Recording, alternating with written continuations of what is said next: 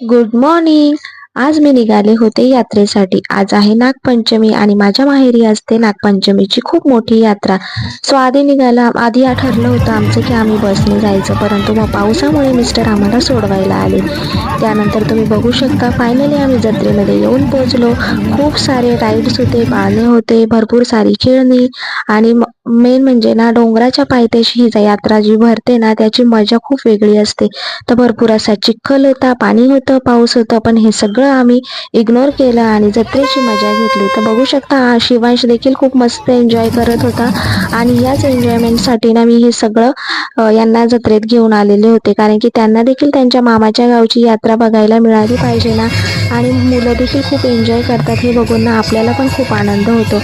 तर मस्त अशी आम्ही जत्रा एन्जॉय केली आणि घरी आल्यानंतर देखील हेच चालू होतं आणि भरपूर अशी यात्रा होती की जी संपत नव्हती. भेटूया पुन्हा नेक्स्ट